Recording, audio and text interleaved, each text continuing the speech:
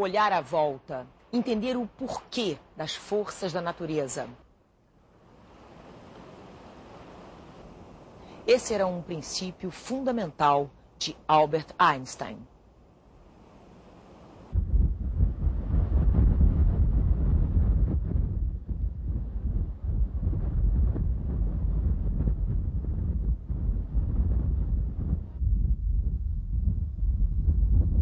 Muito se fala sobre Einstein, muitas histórias são atribuídas a ele. O Arquivo N conversou com um biógrafo de Einstein, John Stachel, para entender os caminhos desse homem que mexeu com a história da humanidade. Bom, estamos falando de um homem que nasceu no século retrasado, em Ulm, na Alemanha. O ano era 1879. O ano de 2005 lembra duas vezes Einstein.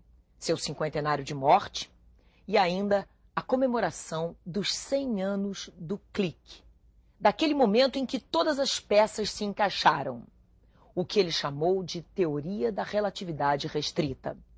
E acredite, Einstein tinha apenas 26 anos. It's often the case with people of great talent that they sort of have an apprenticeship when they do good work but nothing outstanding. And then suddenly something clicks and the great leap forward, as they would say in China, takes place. A great change in their work happens. Happened, for example, with Balzac. He wrote many novels as a young man, which were not particularly distinguished, and he later wouldn't have them republished because he was not proud of them. Then suddenly came, clicked, and he started to work, produced a great series like Comedy Humaine. With Einstein, something similar.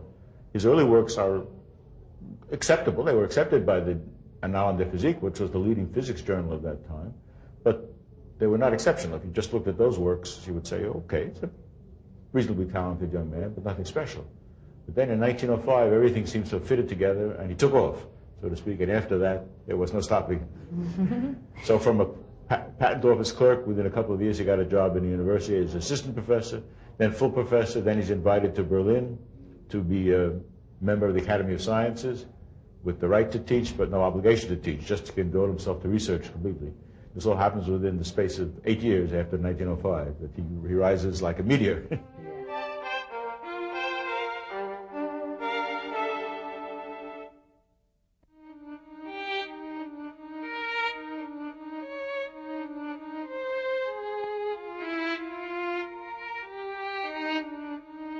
He developed childhood, adolescence. In many ways, it was difficult adolescence. His family was in the electrotechnical business, which at that time was one of the most advanced technological frontiers, maybe like computers today. But the family business failed finally in Munich, and the family moved to northern Italy to try to start business again and had more problems and failures there. So they actually couldn't support him when he went to university, and relatives had to support him. He was a very self-possessed person, very strong sense of inner confidence, I think, and this often gave people the impression that he was arrogant, cheeky, we would say. He was not. He was, oh yes, he was. Oh yes. For example, once when he was in secondary school and his geology professor asked him, a professor whom he liked, asked him to look at the strata of the rocks and say which way they run chronologically, from up to down or down to up. And he says, it's all the same to me, Professor.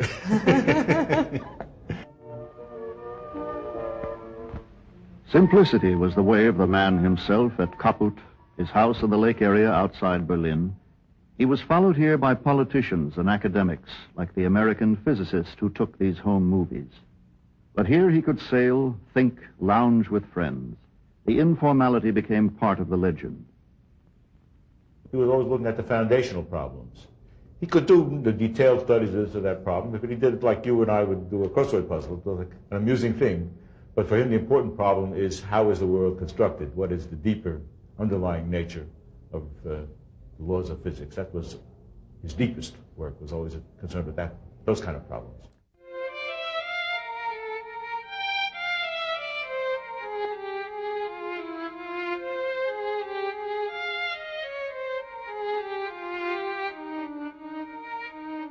Ele insistiu sobre o fato que não é a ciência que vai nos dizer que é o bem, que é o mal. Não é a ciência que vai nos dizer que são os valores. Não é na ciência que você vai encontrar a ideia de liberdade ou a ideia de amor. Só que se você quer fazer ciência, você tem que ter a mente levada por essas ideias. Você não vai fazer ciência se você não está procurando a verdade, por exemplo. Mas a ideia de procurar a verdade, a ciência não vai dizer. A ciência não vai, na sua pesquisa, descobrir que nós temos que procurar a verdade. Esta é uma colocação que preexiste ao fato de querer fazer ciência. There are several biographies about Albert Einstein. Some claim he started to speak quite late and he was a mediocre student. Is that true or false? It's false. It's false. Yes. He started to speak a little late, but not that much beyond the normal. And, how old was he? Between 2 and 3. And he had a peculiar habit, which he later described to someone, that he would form a sentence in his own mind and say it, he thought, whisper to himself.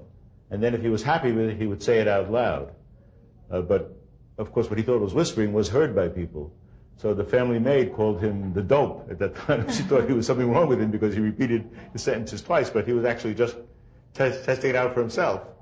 And he spoke quite well once he did speak. In fact, there's a letter which his mother tells her mother about what his cute sayings at that time. So it's a legend that he was a dyslexic or something like that. After he started to speak, his speech development was very normal. And as a student? As a student, he was very good in the subject he was interested in, mathematics and physics, but he wanted to do things slowly, methodically, in his way. He was not interested in quick answers. In your opinion, which was Einstein's greatest quality? His stubbornness, his curiosity, his intuition? All of the three together? Well, he said stubbornness. Someone asked him once why he was so creative. He said, I'm not so creative, I'm just stubborn. In the sense that he started thinking about the idea, what would happen if you chased a light ray? He started thinking at 16 years old of this question. What would happen? Could you run as fast as the light ray? Could you catch up with it? Would it appear to stand still if it did? So many adolescents could think about such a question, but Einstein thought about it, continued to think about it, and productively, not just spinning his wheels, so to speak, thought about it productively, and he saw it, in retrospect, that was the beginning of his work on the special theory of relativity, 10 years later completed. So 10 years to work on special relativity. Then in 1907, he started to think about the relation between gravitation and special relativity. And he soon decided that there's no way to fit gravitation into the special theory of relativity. The theory must be generalized. And he worked on that for almost 10 years. He didn't complete this general theory of relativity till the end of 1915. So again, he was able to think long and hard about a problem over many years, where other people might think for a little while and give up. And of course, he worked on the idea of unified field theory to unite electromagnetism and gravitation for the last 35 years of his life without ever being satisfied himself with the result. But he said, he had a wonderful saying, which I think sums up his attitude. He and another physicist were discussing a third physicist who was not considered very good by most physicists. And Einstein said, on the contrary, he thought very much of this man, because early in his life he had found some important problems to work on, and he continued to work on them whether he was successful or not. And Einstein said, I don't think much of a carpenter who, if he has to bore a hole in a piece of wood, looks for the thin spot. You bore the hole where it's needed, not where it's easy to do. That sort of sums up his approach.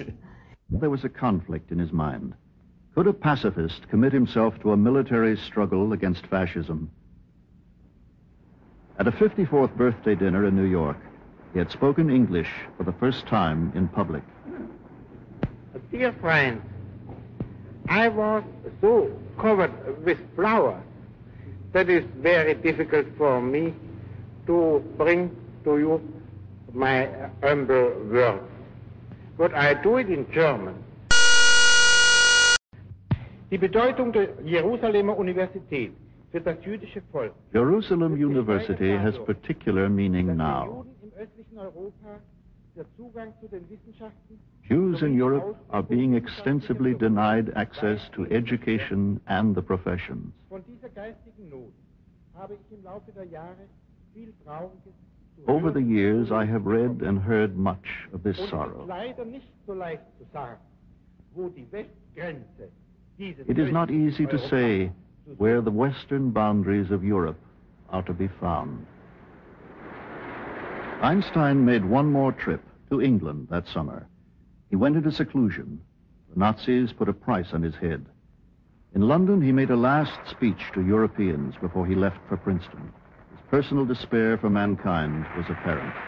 I am glad that you have me given the opportunity of expressing to you here my deep sense of gratitude as a man, as a good European, and as a Jew.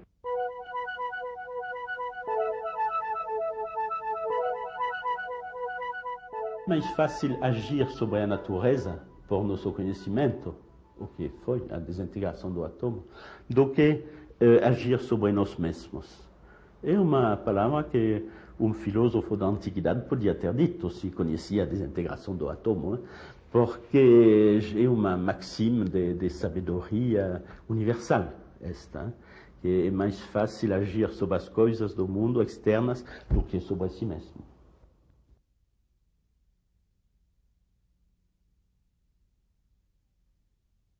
Despite being a tireless peace and freedom advocate against wars, Nazism, Macartism, a letter to President Roosevelt written by Einstein had an important role at the American decision to start building the atomic bomb. In Einstein's opinion, was this his biggest mistake in life? First of all, I don't think it had such an important role that's often suggested. If you read the memoirs of people who were involved at the time, you see that it really did not have that great an effect. And it's interesting how Einstein became involved. He was at the Solvay Congresses in Belgium in the 1930s, and, well, started much earlier, but he became friendly with the Belgian royal family, the King and Queen of Belgium, and it was because of that that Leo Szilard and Edward Teller approached him, because at that time, one of the main sources of uranium in the world was the Belgian Congo in Africa. And they were afraid the uranium supply would fall into German hands. Mm-hmm. So they wanted the royal family to do something to prevent this. Then they decided they were all foreigners living in the United States. They can't communicate with a foreign government, or it will be looked upon like, you know, some sort of treason. So they decided they had to send a letter to President Roosevelt, alerting him to the dangers of the atomic bomb being made by the Germans. So that was Einstein, as he says later on, that was his sole contribution, was to sign this letter, which essentially was drafted by these others who knew more about the facts of atomic possibilities of atomic weapons, because they knew the letter from Einstein would get Roosevelt's attention. But he certainly regarded it as afterwards as a great mistake in the sense of its consequences, but he said, what else could I do? What would have happened if the Germans had gotten the atomic weapon? We're very lucky because Hitler forced out the best German scientists out of Germany. If those scientists had stayed in Germany, they might well have developed the nuclear weapons first. You know what that could have meant for the world. Character of this development lies in its apparently compulsory trend. Every step appears as an unavoidable consequence of the preceding one. In the end, there beacons more and more clearly general annihilation. Einstein made several famous statements. Among them, God does not play dice with the world, with the universe, and science without religion is lame, religion without science is blind. Did he believe in God? How did he see religion? Religion for him was somebody once, I think a group of American women were incensed about Einstein being admitted to the United States. They felt he was a godless atheist, and they sent him a telegram, do you believe in God? He said, I believe in the God of Spinoza. Now, if you know the God of Spinoza has nothing to do with human hopes and desires. A única coisa que eu posso dizer de Deus, diz Spinoza, é que a natureza, na toda sua potência e beleza, isso é Deus. Deus e a natureza. Então, Einstein tinha exatamente a mesma concepção e se refere a Spinoza. Então, a religiosidade, para ele, é esse sentimento na frente da natureza ou das realizações que se encontram na natureza, como o homem quando ele tem valor quando ele deixa se revelar seus valores.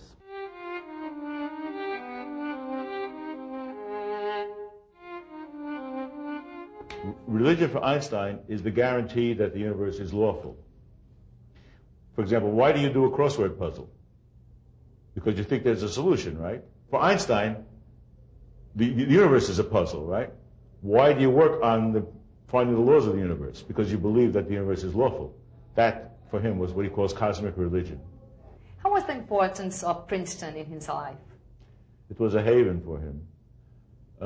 In Berlin, he was sort of at the center of things. He was more of an insider than he ever was in his life, and he was consulted on every issue in political, social, scientific issues. When, in 1932, he came to Caltech, and Caltech offered him a half-year position. He was considering that, but then he heard about this new institute set up in Princeton, Institute for Advanced Study, which is a pure research institute, and the head of the institute, Abraham Flexner, came to him and explained the idea, and Einstein liked the idea very much. So he agreed to spend a half a year there before the Nazis came to power in 1932. He was going to go back and forth, half year in Berlin, half year in Princeton. Then when the Nazis came back, it became clear to him he could not go back to Germany. So he resigned from the Academy of Sciences. The Academy of Sciences in Berlin expelled him. So he had to have positions someplace else, and of course the Institute for Advanced Study was delighted to have him stay on there. And I think he liked the fact that he could lead a more reclusive life there. He was quiet, and he could have a more normal existence there. But even there, problems would arise. Sometimes people would walk up to him in the street just on the strength of recognizing him and start talking to him, and he would be nice and charming. And then he would remark, a friend of his told me, after he would say, well, the elephant has gone through his tricks again. He felt like the circus elephant on show. For how long did he live in Princeton? Oh, from 1933 until he died, 1955, so 22 years. Where are Einstein's? He never went back to Europe. I mean, it's, again, a sign of his emotional detachment. He had a son, you know, he was divorced from his first wife. He had two sons. One moved to the United States, and he saw that son fairly often. The other son was actually mentally disturbed and ended up in a mental institution in Switzerland. And the son felt very neglected by the father and blamed the father, but the father never went back to Switzerland to see him again. He had a friend of his in Switzerland go and visit the boy and take him out and so forth and so on, particularly after the mother died, but he never went back. So he was not a good father? I would not say so. He was a good father when the occasion came, but he could distance himself. When I would have found it difficult to do that. If I had a mentally disturbed child, to just cut loose, I would find it difficult.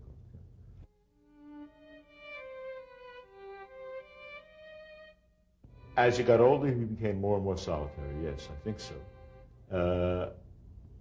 For example, he was very engaged politically, but as one of his assistants whom I met later on told me, he could go to sleep at night no matter what happened the day, during the day. Another assistant told me his wife died, his second wife died while he was in Princeton, and she was in agony. And he said he came to work with Einstein, and he would hear the wife from the next room moaning and groaning, and unnerved him. But Einstein could keep working.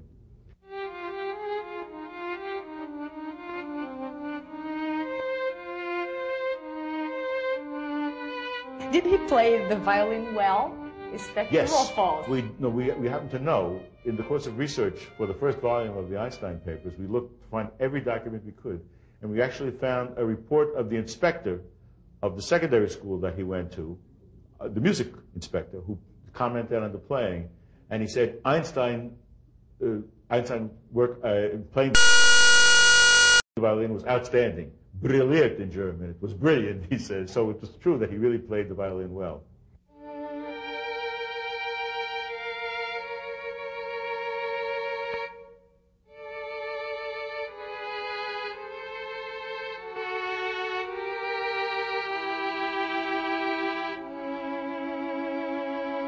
Napoleon and other great men of his type, they were makers of empire.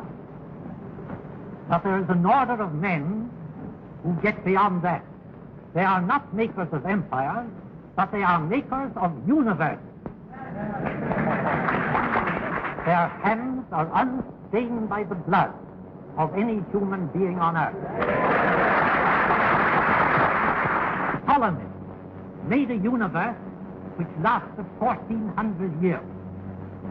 Newton also made a universe which has lasted 300 years. Einstein has made a universe, and I can't tell you how long that will last. In 1916, as soon as he finished the theory of general relativity, he wrote a letter to a mathematician, Felix Klein, a very famous mathematician, which he says, I know that my ideas on gravitation will be superseded someday. So he never had the idea that, science is fixed, finished, final. It was always a quest for him. And he compares it in his book with Infeld on the evolution of physics with a detective story. Oh, yeah? The only trouble is it's a detective story where you can't turn to the last page and find out who did it. It's a never-ending detective story.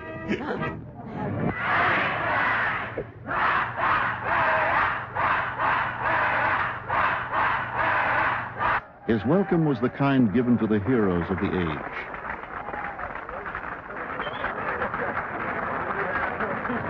Every people in the world, no matter how primitive, they have some sort of creation myth, right? Why the world is and how do we fit into it. So Einstein gives us a sort of scientific substitute for a creation myth. He gives us a picture of the world that we can fit ourselves into.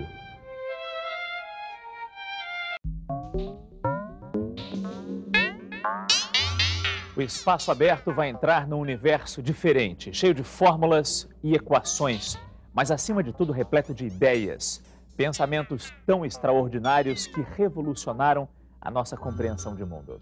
Teorias que revelaram novos conceitos e que foram criadas por um único homem. Essa é a nossa homenagem a um gênio da humanidade.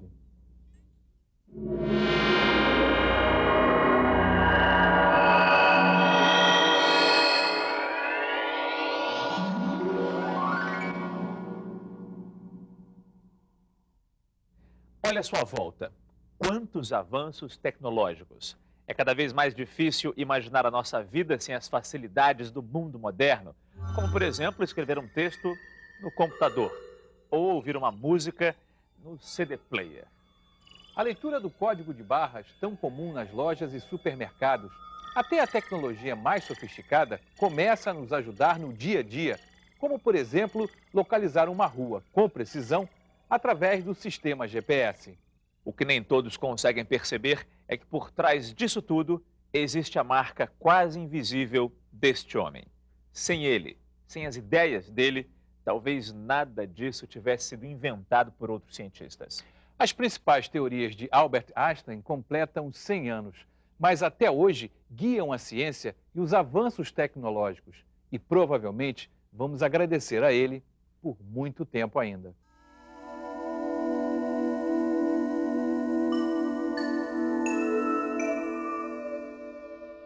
Ninguém imaginava que as ideias de um jovem físico de 26 anos, avesso a instituições acadêmicas, fossem estimular um século de avanços tecnológicos e científicos. Não é à toa que aquele ano de 1905 ficou conhecido como Ano Miraculoso. Foram 5 estudos, pelo menos 3 impactantes: a teoria da relatividade especial, o movimento browniano e o efeito fotoelétrico. Se eu comparo a física com o jogo, o Einstein foi o grande artilheiro do século XX, né? Ele fez todos os gols imagináveis. As jogadas desse goleador, as contribuições dele vão além das acelerações de partículas próximas à velocidade da luz ou das medições de astros e fenômenos celestes. A física moderna, que Einstein, digamos assim, é um vértice fundamental, ela tem um impacto enorme na vida de todos nós.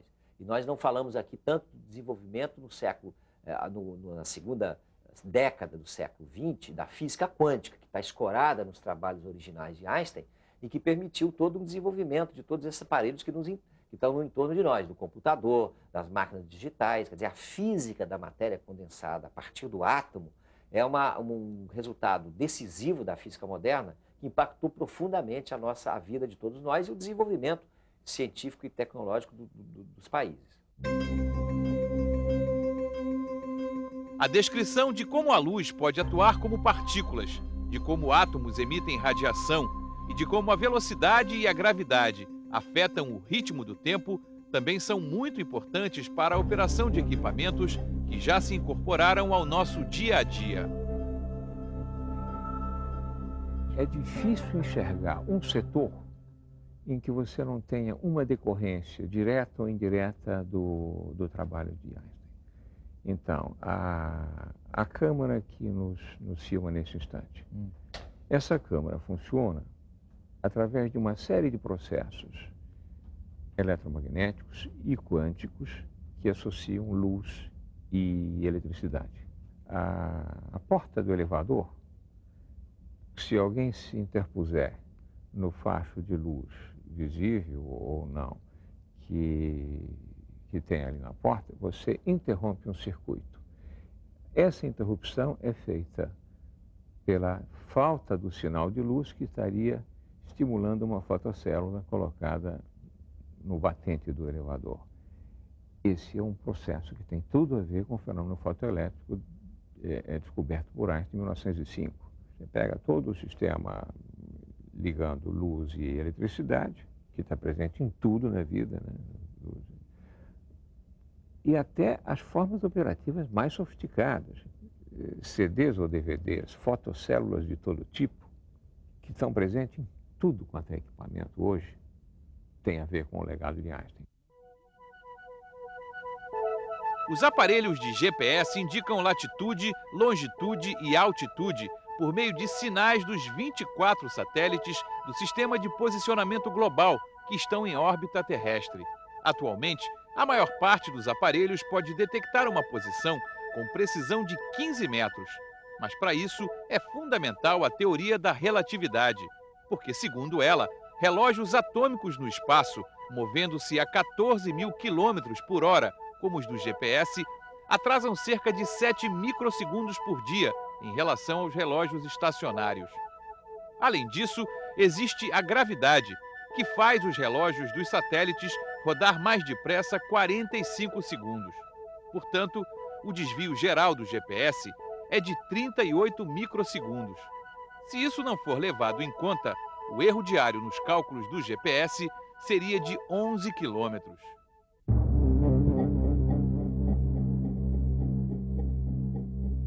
No céu e na Terra, sem as teorias de Einstein, talvez muitos avanços do mundo moderno estivessem parados no tempo.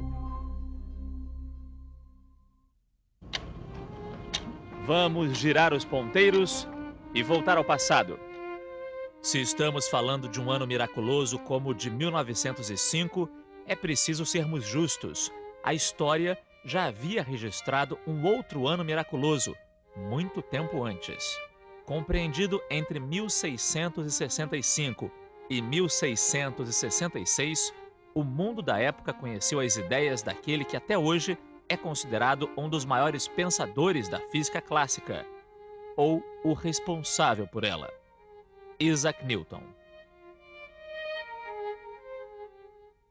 A teoria de Newton estava muito consolidada, porque já havia 200 anos, né? O Newton teve um ano miraculoso entre 1665 e 66, em que ele também tinha uma idade em torno de 23 anos, ele estava numa fazendola da família dele, e ele teve algumas ideias geniais sobre matemática, sobre o cálculo, sobre a gravitação, etc. É claro que o caso do Newton foi um pouco diferente do Einstein, porque ele demora 20 anos ou mais para desenvolver aquelas ideias iniciais. E o Einstein, em 1905, de fato, já vai apresentar um conjunto de teorias já bastante completas. E, portanto, o Newton tinha ganho, a teoria de Newton, ao longo do século XVIII, com Euler, com Lagrange, com muitos outros físicos, tinha ganho digamos assim, uma aceitação muito forte, porque ela explicava muito bem a enormidade de fenômenos mecânicos em torno de nós. Portanto, era muito difícil você abalar esse edifício da física newtoniana, uma tarefa quase impossível. Isso, de fato, se realizou porque também a física clássica começou a chegar num momento de crise, que novos fenômenos, por exemplo, dos átomos, novas questões tecnológicas, o eletromagnetismo, que trouxe uma nova perspectiva sobre a física também dos objetos, chegou naquele momento e aí começou a colocar em xeque a teoria newtoniana mais antiga. E foi Einstein o responsável por atualizar todo o conhecimento que se tinha até então, mudando a nossa forma de ver o mundo. Com apenas 26 anos e trabalhando em um escritório de patentes em Berna, na Suíça, pouco se poderia esperar dele. Quem conheceu Albert Einstein deixa claro o quão simples era esse gênio. O físico brasileiro José Leite Lopes conviveu com Einstein na Universidade de Princeton, nos Estados Unidos. Hoje, com 86 anos, ele tem muitas recordações daquele tempo. Guarda fotos e lembranças da época em que era um estudante e se encontrava com o já renomado cientista nas salas de aula ou no campus. Na estação de trem estava Einstein com outras pessoas, e Einstein estava à espera da irmã dele, que vinha no trem. E então, quando eu vi, eu disse, professor Einstein, ele muito simpático, ele abriu-se para nós, e então eu pedi que ele saísse da estação e ficasse naquela posição que está ali. E então tiramos a foto. Einstein era a caricatura perfeita do cientista. Quando jovem, sempre gostou de estudar, mas nunca de se prender a instituições de ensino. Por isso, em 1905, estava trabalhando não em uma universidade ou um centro de pesquisas, mas no escritório de patentes. O que pode ter sido, por incrível que pareça, um passo importante para o desenvolvimento de suas teorias.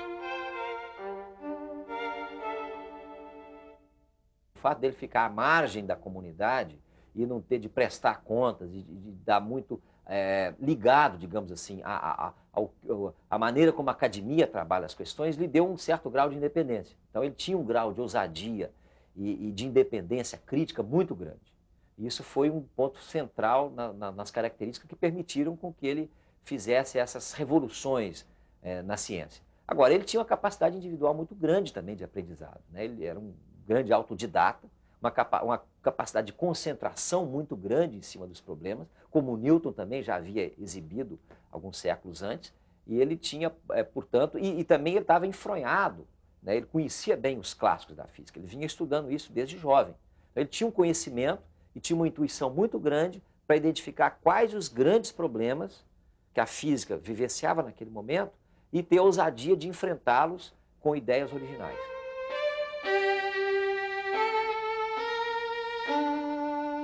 Eu acho que essa é uma bela lição para os professores. Gente inteligente não gosta de coisa chata. É preciso botar coisa estimulante, desafiar e não conduzir para a passividade, para a obediência. Nós precisamos de gente desobediente.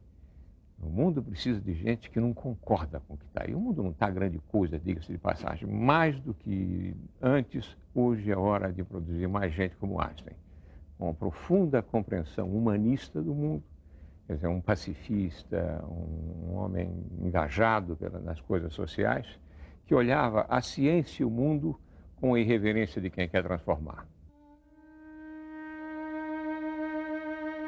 Einstein lançou um novo olhar para antigos conceitos sobre o espaço e o tempo.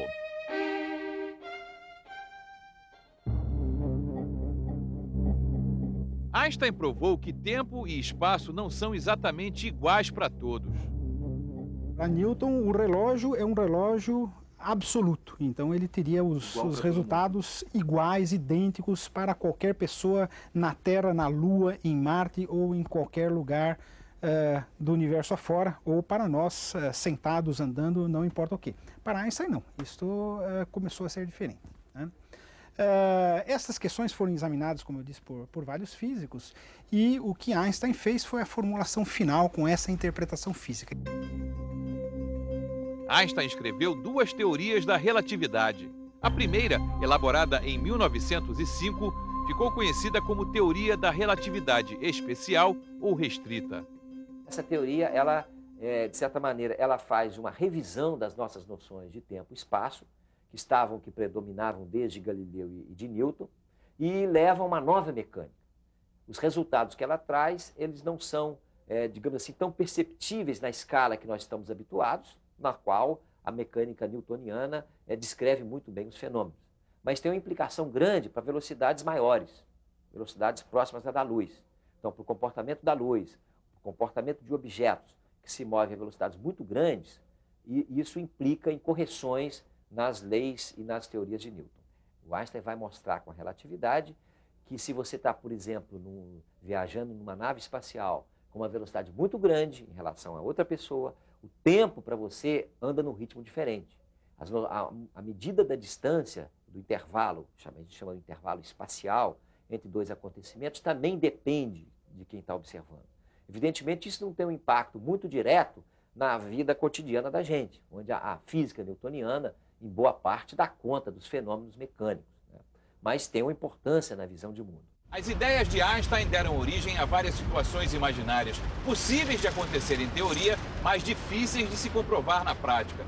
Por exemplo, vamos imaginar que eu estou aqui parado, num dia nublado, quando passa por mim um carro em alta velocidade, quase igual à velocidade da luz, no momento em que caem dois raios, um na frente e um atrás do carro, exatamente ao mesmo tempo, certo? Bem, se eu estiver dentro do carro em movimento, a situação vai ser diferente, porque primeiro eu vou ver o raio que cai na frente, na direção em que o veículo se move. Só depois, então, pelo retrovisor, eu vou ver o raio que cai atrás do carro.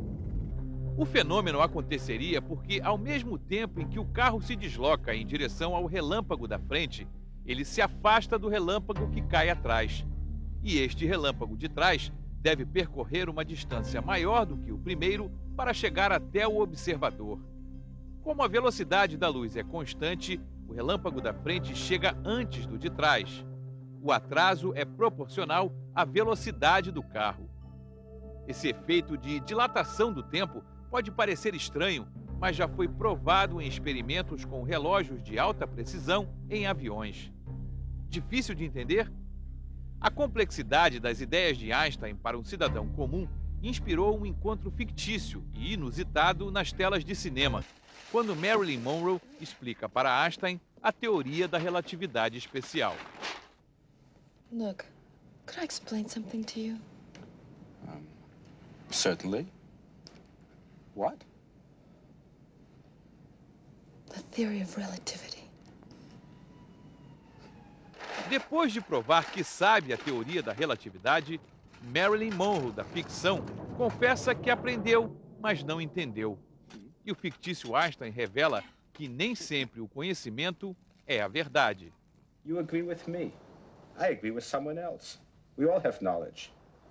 We haven't come any closer to the truth of the moon. You can never understand anything by agreeing, by making definitions. Only by turning over the possibilities. That's called thinking. If I say I know, I stop thinking. As long as I keep thinking, I come to understand. That way I might approach some truth. Foi revirando as possibilidades que Einstein chegou a uma famosa equação, e é o próprio quem a explica. It followed from the special theory of relativity that mass and energy are but different manifestations of the same thing, a somewhat unfamiliar conception for the average mind. Furthermore, the equation E is equal mc squared, in which energy is put equal to mass multiplied with the square of the velocity of light, showed that very small amount of mass may be converted into a very large amount of energy, and vice versa. The mass and energy were in fact equivalent. Energia é igual a massa vezes a velocidade da luz ao quadrado. Talvez nem Einstein, com toda a sua genialidade, imaginasse até onde suas teorias pudessem levar o homem.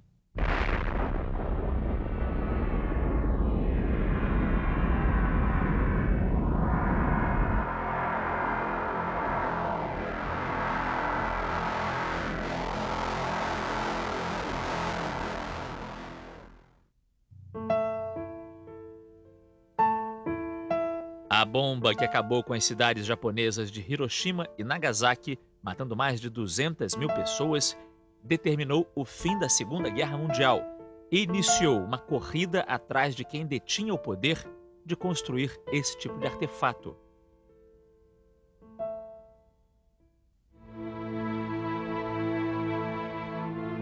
Uma pequena equação, mas de grande impacto. Mudou as teorias de Newton, mudou todo o conhecimento de energia que se tinha no século XIX e abriu a porta para os estudos que levaram à bomba. Com a teoria da relatividade, Einstein deduz a famosa expressão energia igual a massa vezes velocidade da luz ao quadrado. Então isso significa que massa pode ser transformada em energia e vice-versa. Isso vai ter uma implicação tecnológica enorme, porque na década de 30 vai permitir o surgimento dos reatores nucleares, depois o desenvolvimento da bomba atômica. Quer dizer, essa fórmula, essa expressão, evidentemente ela não gera imediatamente a energia nuclear, o seu uso, porque tem todo um caminho tecnológico e de aprofundamento científico muito grande, mas é a base disso. Então essa profunda modificação no cotidiano de todos nós, em que nós vemos as centrais nucleares em Angra dos Reis, por exemplo, ou vemos o impacto político e militar que isso trouxe para o mundo, a questão das armas nucleares, isso também está relacionado com a teoria da relatividade. Einstein sempre teve um perfil pacifista. Com 16 anos, solicitou a cidadania suíça para escapar do serviço militar na Alemanha. Durante a Primeira Guerra Mundial, era um dos poucos cientistas que se opunham ao conflito. Mas quando já morava nos Estados Unidos, ele escreveu uma carta ao então presidente norte-americano Franklin Roosevelt, explicando por que seria importante que fossem feitos estudos sobre o uso da energia nuclear. É preciso lembrar toda a história e o contexto daquele momento. É preciso lembrar que o fascismo o nazifascismo já se instalara na Europa, já subjugaram importantes nações. A França foi, por exemplo, subjugada, e não só ela, e o fato de que era conhecido que a fissão nuclear era do domínio de pesquisadores que estavam na Alemanha. Então, a potencialidade destrutiva da física nuclear já estava dada.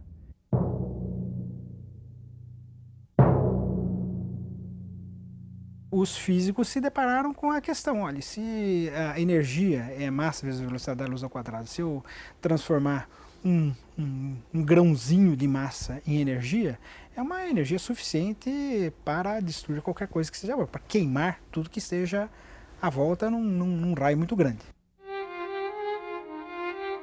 Einstein nunca participou do projeto Manhattan, que reuniu cientistas para desenvolver a bomba nos Estados Unidos. Depois de lançada sobre o Japão, ele teria dito inclusive que a bomba trouxe a vitória, mas não trouxe paz. Mesmo assim, seu nome ficou ligado para sempre com a maior arma que o homem já criou.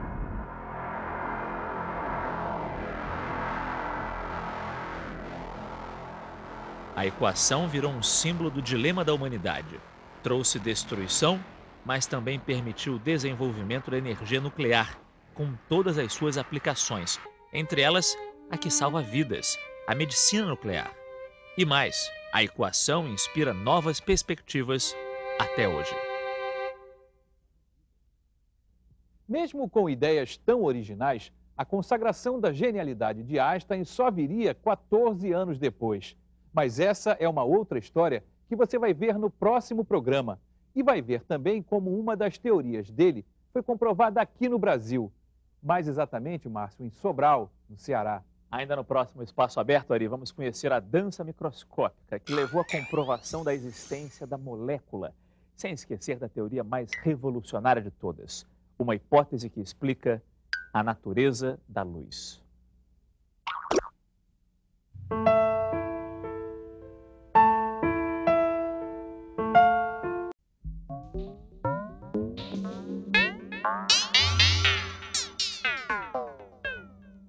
O Espaço Aberto volta a explorar o universo genial das teorias de Albert Einstein.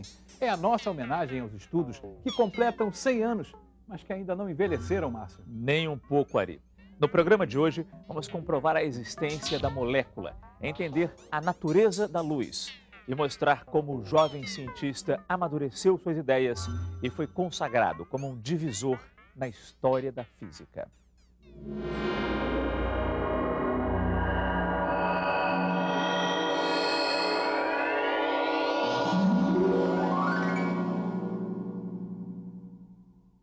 o céu azul e ensolarado do Ceará, um eclipse do Sol, a comprovação de uma das teorias de Einstein. O que uma coisa tem a ver com a outra? Tudo. Para observar que os raios luminosos se curvariam ao passar pelo Sol e comprovar a previsão de Einstein, só mesmo um eclipse solar e registrado aqui no Brasil. E assim, todo um novo universo se abriu depois. Cidade de Sobral, interior do Ceará. Em 1919, astrônomos britânicos, norte-americanos e do Observatório Nacional do Rio de Janeiro invadiram a cidade. Não a turismo, mas pela ciência. Enfrentaram difíceis condições do sertão nordestino para observar um eclipse total do Sol. Um outro grupo, liderado pelo conceituado astrônomo inglês Arthur Eddington, foi para a Ilha de Príncipe, na África. Assim, esperavam comprovar o que, mais uma vez, Einstein, com sua incrível capacidade de abstração, teorizou cerca de 3 anos antes. O nome técnico, né, é a teoria da relatividade geral do Einstein. Na verdade, é uma teoria da gravitação, portanto, uma teoria a respeito da força que mantém os corpos se atraindo, né? Durante o eclipse de 19, a tarefa era fotografar e medir a posição relativa das estrelas ao redor do Sol.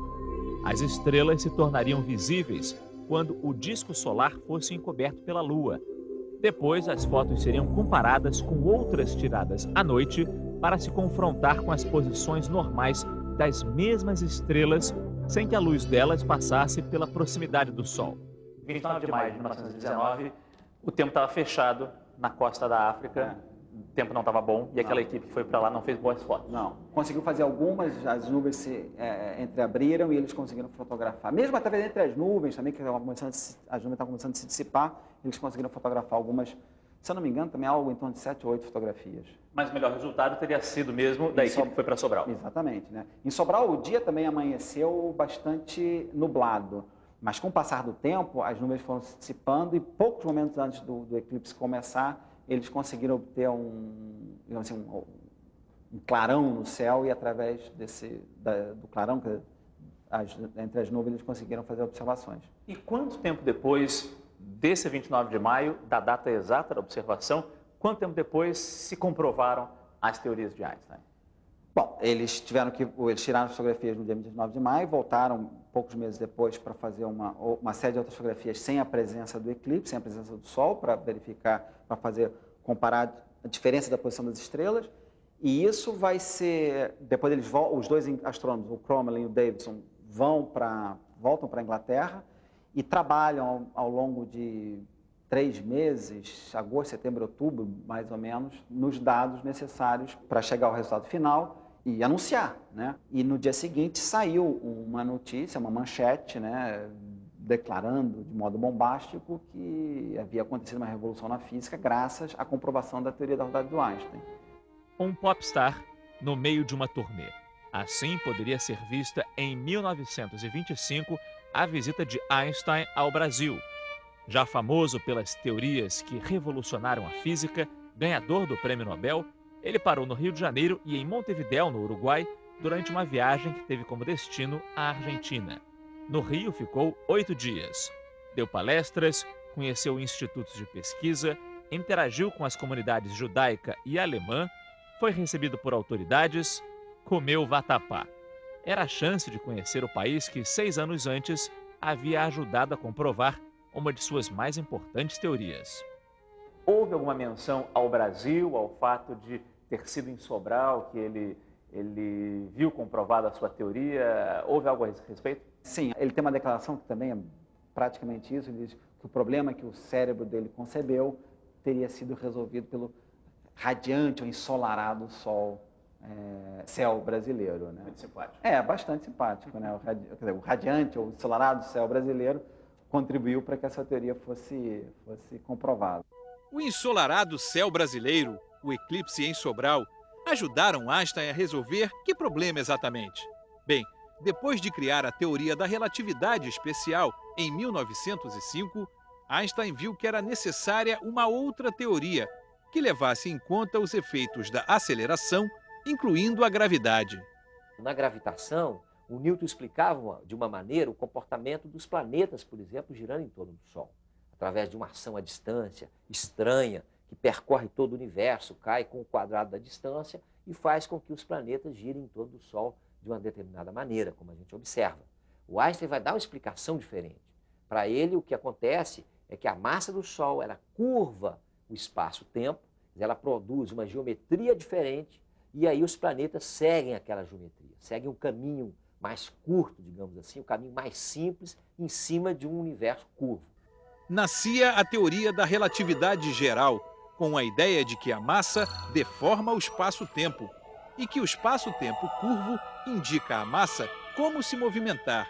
Einstein chegou à formulação da gravitação através simplesmente de olhar a geometria do que nós chamamos de espaço-tempo, né? Então é como que se nós pegássemos uma folha, um lençol, por exemplo, e colocamos um peso nesse lençol, puxamos o lençol para baixo, jogamos uma bolinha, essa bolinha ela faz um movimento que é um movimento simplesmente seguindo a trajetória natural dela, a trajetória geométrica dela. Essa interpretação geométrica da força é que nos dá a teoria da relatividade geral. E Einstein, não só Einstein, como outras pessoas que vieram depois, tiraram maravilhas disso aqui. O encurtamento do espaço e a dilatação do tempo inspiraram vários experimentos que mexem com a imaginação. O mais famoso ficou conhecido como o paradoxo dos gêmeos. Imagine se Albert Einstein tivesse um irmão gêmeo idêntico. Um deles embarca numa nave espacial a uma velocidade próxima à da luz, enquanto o outro continuaria trabalhando aqui na Terra. Para o Einstein astronauta, o tempo passaria mais devagar. Ele voltaria à Terra poucos meses mais velho. Mas o tempo deixaria marcas no Einstein cientista. Para ele, muitos anos teriam se passado. Uma das experiências mais ilustradoras da teoria da relatividade geral pode ser feita unindo objetos do dia a dia. Uma maçã, um elevador, e a imaginação também, claro. O físico Luiz Carlos Menezes nos ajudou na tarefa de comprovar, quase 100 anos depois, o pensamento de Einstein. Bom, professor, nós estamos no elevador parado agora. O que acontece se eu largar a maçã? O elevador parado, subindo ou descendo, com velocidade uniforme, acontece a mesma coisa. Ela cai acelerada, com a aceleração da gravidade, 9,8 metros por segundo ao quadrado. Isso aqui na Terra. Essa é a aceleração da gravidade no planeta. Na Lua seria mais branda essa aceleração. Agora imagine se o cabo do elevador se rompesse e ele caísse em queda livre.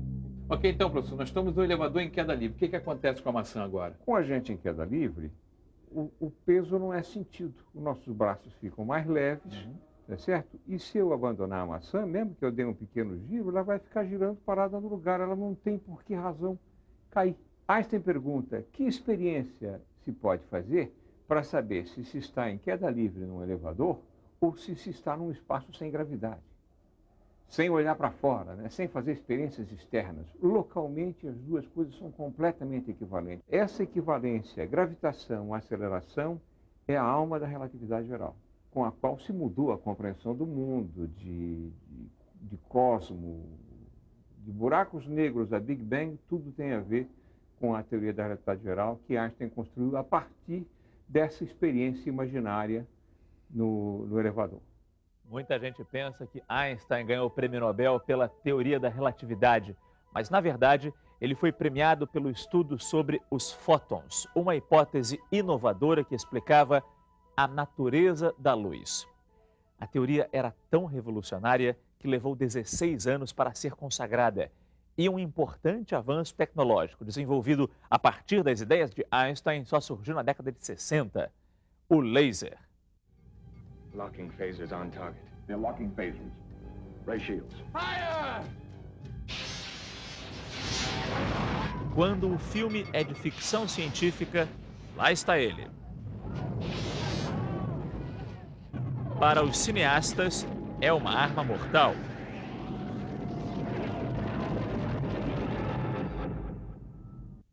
Mas para a humanidade, o raio laser tem sido responsável por momentos de diversão, como assistir a um filme no DVD ouvir o mais puro som do CD ou por delicados procedimentos cirúrgicos.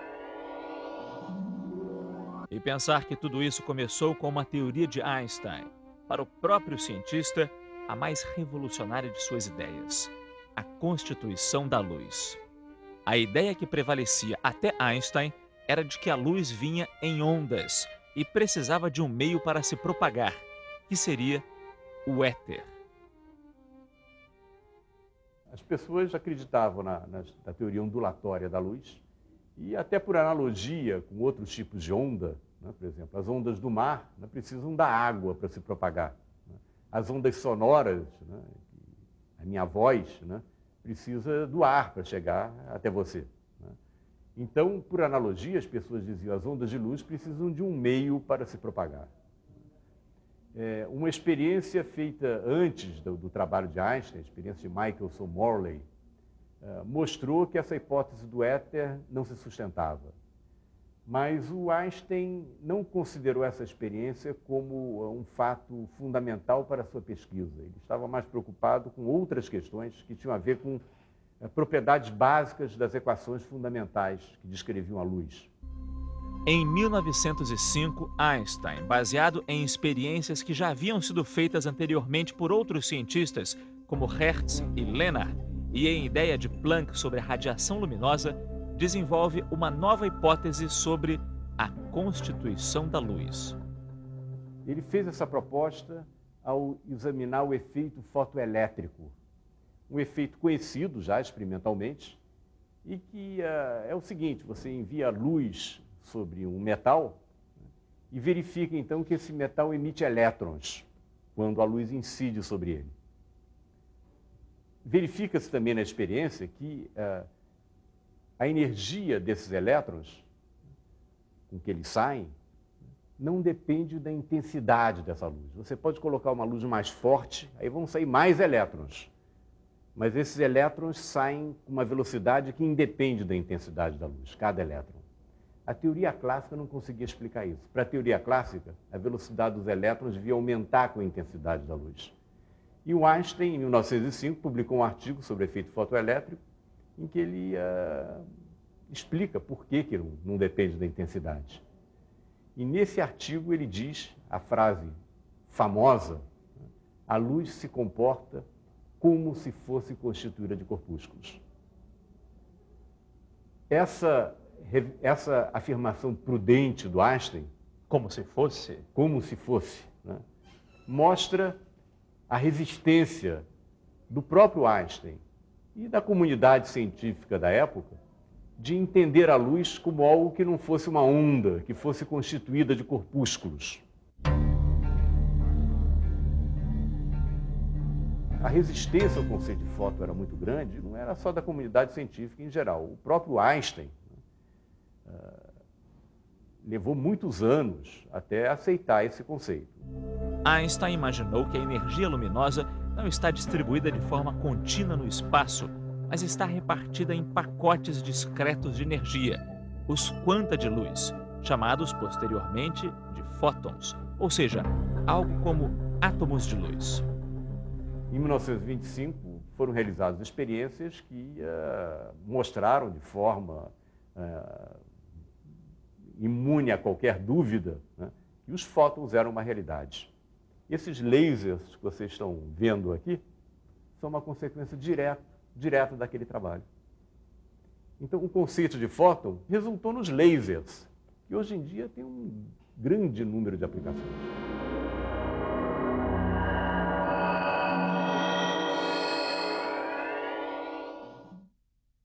Em 1827, o botânico Robert Brown observou o pólen das flores flutuando na água usando um microscópio como este modelo.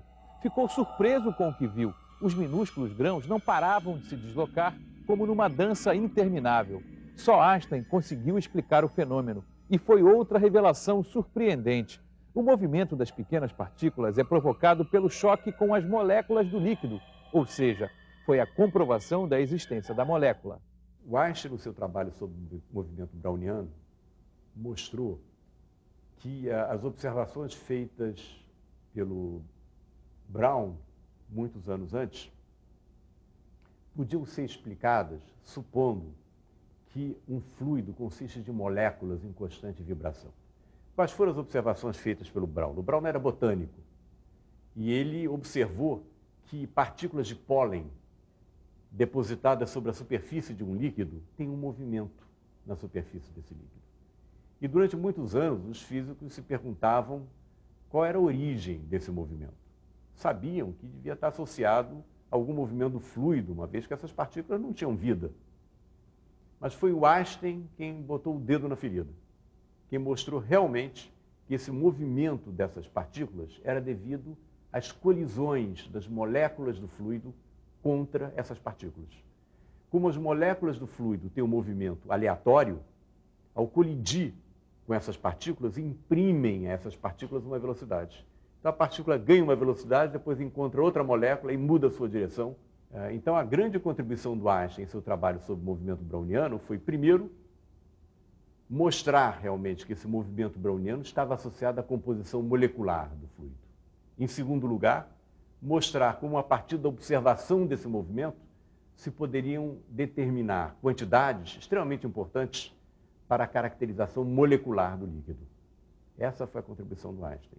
Hoje, modernos aparelhos ajudam os físicos a estudar o movimento browniano. Na Universidade Federal do Rio de Janeiro, por exemplo, o físico Natan Bessa usa um equipamento chamado pinça ótica, a laser, e microscópicas bolinhas de poliestireno para obter imagens do movimento browniano. O laser percorre um trajeto de lentes e espelhos até entrar no sistema microscópico, onde passa a funcionar como uma pinça em escala celular. Por medida de segurança, usamos óculos especiais quando o laser é ligado. Pessoal, a gente está vendo ali no monitor que tem uma bolinha que o laser prende e depois, quando o laser não está prendendo, ela fica se movimentando no que é chamado movimento browniano. Mas explica o que é o movimento browniano. O movimento browniano é o efeito do choque das moléculas do líquido, no caso ali a água, com a bolinha. Você tem várias moléculas chocando com a água o tempo todo. E esse choque delas faz com que ela tenha, com que a bolinha, que é muito maior do que as moléculas, tenha esse movimento errático, como se fosse um bêbado andando num campo de futebol. Ele vai andando sem ter direção preferencial para ir, ele vai para um lado, vai para um outro, e a bolinha descreve um movimento que é muito parecido com isso. E esse é o movimento browniano. O que experimentos você usa com a pinça ótica e com o movimento browniano? A pinça ótica, nesse caso, ela entra como uma ferramenta para facilitar a nossa aquisição de imagens. A gente analisa as imagens do movimento browniano. Então, ela segura o objeto e não deixa ele sair muito do campo de visão. De modo que aí a gente faz repetidas vezes o mesmo experimento para você ter uma estatística boa. Então, nesse caso, a pinça ótica entra simplesmente como um modo de simplificar o nosso trabalho, uma parte técnica. Einstein nunca se conformou com as incertezas da física quântica, que mostra o comportamento de partículas de matéria e energia por meio de probabilidade. Ele acreditava na causalidade, o princípio pelo qual tudo na física segue leis rigorosas de causa e efeito. Essa insatisfação levou o gênio a percorrer um caminho, nos últimos anos de vida, que muitos biógrafos retrataram como um beco sem saída. Einstein insistia numa tentativa solitária de criar uma teoria de tudo, abrangente o bastante para engolir a relatividade geral que descreve a gravidade e a mecânica quântica. Na avaliação dos colegas da época, Einstein falhou.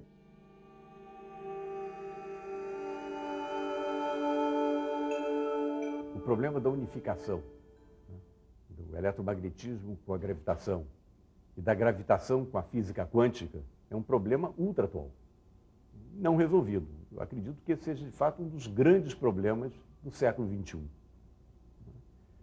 É um problema que está sendo perseguido em vários países do mundo, mas certamente é um longo caminho a percorrer.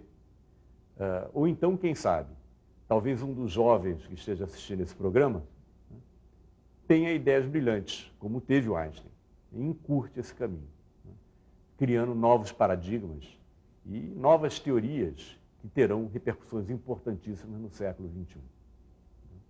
Eu acho que nós dependemos muito disso. A ciência, nesse sentido, é muito democrática, né? Porque frequentemente não são os cardeais, né, que fazem as grandes descobertas científicas, esses já fizeram, né?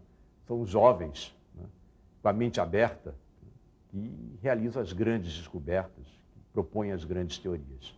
Como era o próprio Einstein. Como era o próprio Einstein. Em 1905 ele tinha 26 anos. Né? E foi nessa época que ele fez a sua grande revolução.